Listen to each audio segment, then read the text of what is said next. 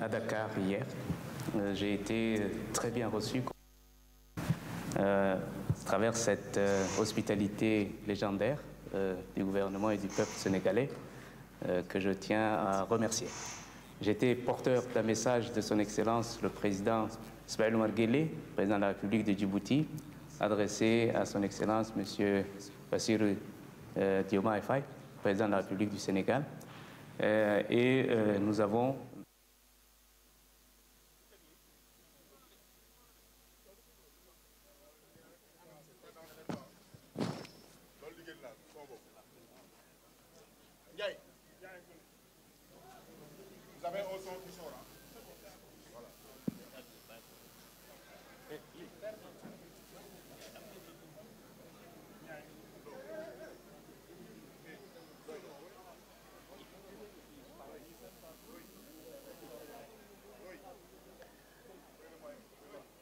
devant le micro présidentiel,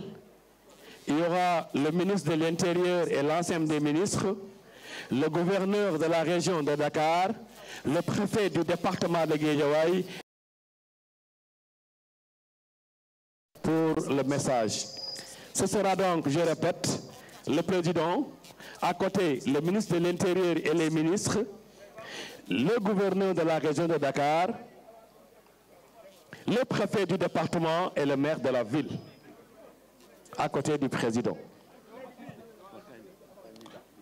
Haji Malick li nga wax dëgg la ndigal li mooy su président pare ministre yi dañu wax ñu taxaw ci wetam ak préfet yi. 1, 2, 3, c'est bon.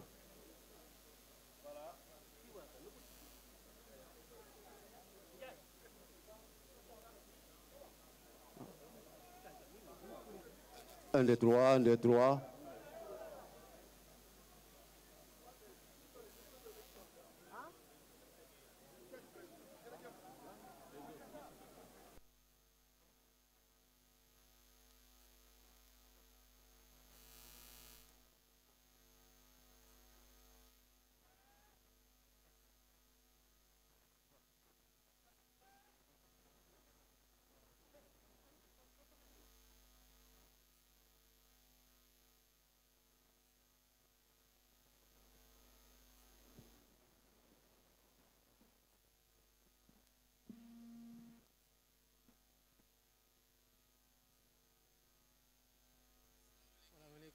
waa Guédiawaye maa ngi am mbégte bu mag a mag ci bi ma ñëwee fii fekk mobilisation bi nga xamante ne askanu Sénégal fépp fu ñu mën di nekk waaye rawatina fii ci Guédiawaye mobilisé wu nañu ànd ceeg bii yoon comme ministère maître d'œuvre, ministère de l'Intérieur et de la Sécurité publique ci njiitalu général Jean-Baptiste Tine ak responsable ministère bi yëpp notamment police sapeur pompier ak ñeneen ñi nga xamante ne bootoo nañu ci ministère de l'Intérieur et de la Sécurité publique. Monsieur le ministre, di la féliciter ci qualité organisation bi ci mobilisation bi waaye tamit ci inspiration bi nga xamante ne am ngeen ko pour diversifier seen action ci communication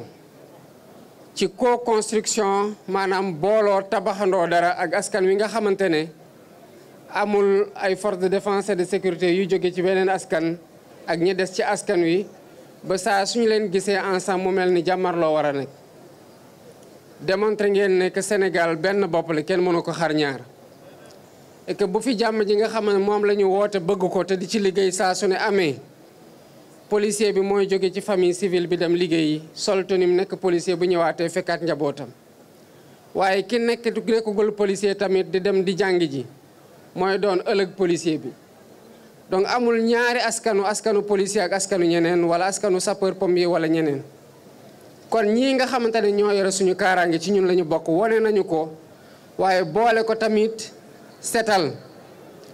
ñuy féliciter tamit les autorités municipales le maire de Guédiawaye ak yeneen maire commune Guédiawaye yépp autorité administrative yi waaye ñëpp ñi nga xamante ne am nañu ndombol tànk jëlee ko ci askan wala ci réew mi ci ñi nga xamante ne ñoo booloo ŋànk bés bi pour que organisation bi mel nii. tey mooy 2e édition journée setal suñu réew ci année 2025 waaye mobilisation biñ ci gis ci diggante population yi ak force de défense et de sécurité yi ak communauté yépp ba mu joxe résultat bii ñu fekkee defi bu du def lii parce que lii xam nañu ne mën nañ ko def bés xew que mu doon bés boo xamante ne xew la ci famille dëkkandoo yi ñëw jàppale raxas bale setal loolu yàgg nañ ko def gàmmu jot ñu mobiliser wu taalibe yi dem ci kër sëriñ yi wala foo xamante ne foofu la ñuy defee gàmmu gi defar yàgg nañ ko def ASC yàgg nañ ko def communauté yëpp yàgg nañ ko def défi bu ñu am ci suñu jamono mooy naka lañ koy wéyalee ndax ñun sénégalais suñu problème mooy commencer attitude boo xamante ne xam nañu lu positif la maanaam lu baax la lu ñu war a wéyal la ñu def ko ab diir rek bàyyi ko te saa yu ñu ko bàyyee mu dabaat ñu ci kanam mu mel ne dañuy nekk ci éternel recommencement suñu génération défim mooy tàmm di setal pour ñii nga xamante ne ñooy tuut tànk yi di màgg di gis ñuy setal bu yàggee du ñu xam salte kon ñoom dootuñu saltel sax bay am bu ñu di leen mobiliser pour ñuy setal te loolu mooy défi yu bés yi kon maa ngi ciy woo bépp Sénégalais fépp fu mu mënti nekk quel que soit solo si nga xamante ne ci ndombol tànk wala ci daraja am nañ ko ci réew mi setal suñu sécurité sanitaire moo ci dépendre avant tout loolu moo tax ñu war ci jàpp te saa yu leen ciy woo du pour ñun waaye da ngeen ñu fal jiite ñu am responsabilité wane yoon boobu saa yu ngeen jàppee ne yoon gu baax la bu ngeen ko dee def jàppale ne seen bopp ngeen koy defal ndax su ma jógee fii li fiy set waa Guédiawaye lay setal waaye du doon ñi nga xamante ñoo nekk Palais ndax rarement la ñuy évoluer ci sphère bi kon noonu la ko sénégalais yi yëpp war a jàppee ak fépp fu ñu mën di nekk kon ci prochaine journée bi concept setal suñu réew dina jëlaat beneen dimension ñu ngi toog di observer benn pause boo xam ne pause weer la pour liggéeyaat ci conception boo xamante ne bu ñu ñëwaatee ci yeneen anam lañ koy defee mu gën a ñoŋ pour ñu assurer li nga xamante ne mooy wéyal boobu muy pérennité bi mais cela ne veut pas dire que setal dañ ciy jël vacances cela ne veut pas dire que lu ñu setaloon dañ ko war a bàyyi mu tilimaat non responsabilité au setal ci ku ne la nekk ci saa yooyu dox ci mbedd mi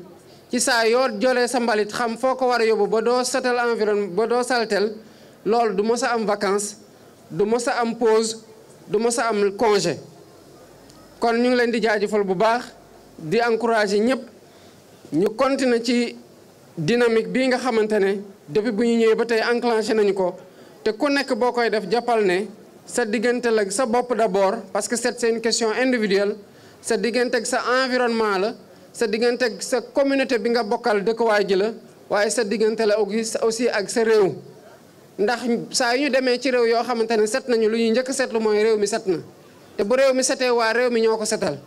ku dem ci réew tamit mu salte boo demee da nga wax ne réew mi dafa salte te kon day mel ni waa réew mi ñoo koy saltel finalement sax doo ne waa réew mi ñoo koy saltel waaye da ngeen wax ne waa réew mi ñoo salte te loolu woy la woo ba xamante ne war nañ ko moytu te bañ ko ñu am ko ay gan yoo xamante ne dañ fiy ñëw mën a ñibbee ak seede googu nga xamante ne rafetul ci deru Sénégal. Monsieur le ministre, je voudrais vous féliciter pour le leadership que vous avez démontré dans la coordination de cette deuxième édition de la journée Setal Sunu Réew de l'année 2025. Félicitez vos collaborateurs, au rang desquels l'inspecteur général de la police, Mame Seydou Ndour,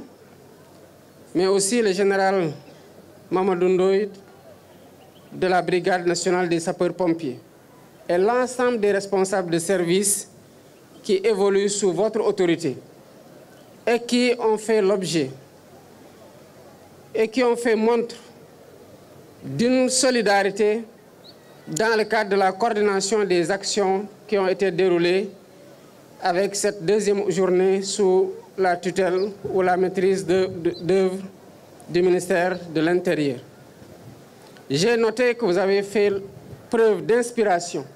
en diversifiant les actions qui ont été déroulées. Et je voudrais vous encourager à perpétuer cette dynamique qui réconcilie les forces de défense et de sécurité avec les populations qu'elles sont censées protéger. Et la police est en train de faire un remarquable travail dans ce sens, ainsi que la Brigade nationale des sapeurs-pompiers et l'ensemble de vos services. Il est important que nous nous rappelions qu'il n'y a pas les forces de défense et de sécurité d'un côté et les populations de l'autre. Les forces de défense et de sécurité proviennent des familles. Et parmi ces familles, il y a des enfants qui vont grandir et qui seront plus tard incorporés dans les services des forces de défense et de sécurité. Donc, il n'y a pas de segmentation ni de différence, encore moins d'antagonisme à noter ou à entretenir entre les forces de défense et de sécurité et les populations. Je le répète, elles sont censées protéger les populations, sécuriser les populations. Et elles le feront d'autant plus mieux que lorsque ces populations-là vont coopérer dans le cadre des actions que ces forces de défense et de sécurité déroulent sur le terrain au quotidien. Je voudrais tous les féliciter, policiers, sapeurs-pompiers, gendarmes, bref, l'ensemble des forces de défense et de sécurité qui, au quotidien, se déploient pour notre sécurité et pour nous protéger. Je voudrais aussi féliciter les autorités administratives locales pour leur coopération parfaite dans le cadre des journées Setal Suñu Réew. Elles ne cessent de se déployer, quel que soit le ministère qui a la maîtrise d'œuvre de la journée. Et nous avons remarqué une parfaite coopération et un leadership particulier de leur part pour le succès des journées que nous notons tous les mois. Je voudrais aussi saluer et me réjouir de l'adhésion des maires, particulièrement ici où je suis aujourd'hui à Guédiawaye, le maire de ville Ahmed Aïdara, et les autres maires des autres collectivités territoriales, qui ont mis un point d'honneur dans la salubrité et la propreté de leur commune, et cela se remarque notamment à travers ces journées Setal Suñu Réew, où on voit leur engagement plein, personnel, mais aussi dans la mobilisation des communautés. Le défi que nous avons tous en tant que peuple, ce n'est pas de nettoyer de façon ponctuelle. Le défi que nous avons, c'est de pérenniser l'initiative. Nous avons toujours nettoyé à différentes occasions, quel que soit le manteau sous lequel on l'a fait. Mais le défi, c'est de nous dire que nous sommes la génération qui doit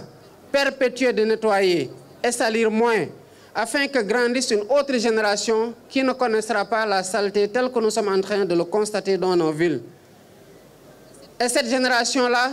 n'aura pas à être mobilisée de cette même façon pour nettoyer parce qu'elle n'aura pas déjà sali son environnement. Et la propreté de notre environnement inspire notre santé. Notre santé dépend de la propreté de notre environnement. Et de la propreté de notre environnement et de la santé individuelle dépend la santé collective, mais aussi la respectabilité et le témoignage sur l'hygiène de notre population quand surtout nous recevons des hôtes qui viennent d'autres localités et qui arrivent dans les nôtres ou qui viennent d'autres pays et qui arrivent dans les nôtres. Donc je voudrais demander aux Sénégalais, où qu'ils soient aujourd'hui, de continuer à garder cette dynamique citoyenne et d'engagement au service de la communauté et de notre pays. Le prochain mois, la journée Setal Suñu Réew ne se déroulera pas dans les mêmes formes. Nous sommes en train de discuter et de réfléchir à redéfinir le format, mais dans l'unique but d'être beaucoup plus efficace sur le terrain, beaucoup plus efficient, mais surtout d'assurer la pérennité. Cela ne veut pas dire pour autant que rendre propre, nettoyer, éviter de salir autant que faire se peut, doit être en congé, en vacances ou en pause. Le même état d'esprit qui nous a fait sortir aujourd'hui et depuis même toute la semaine pour que nous nettoyions nos rues doit être un esprit quotidien et doit être définitivement ancrée dans notre ADN collectif et individuel. Je vous remercie et vous dis encore une fois toute la satisfaction que j'ai et la fierté que j'ai d'être le président de ce peuple. Merci beaucoup.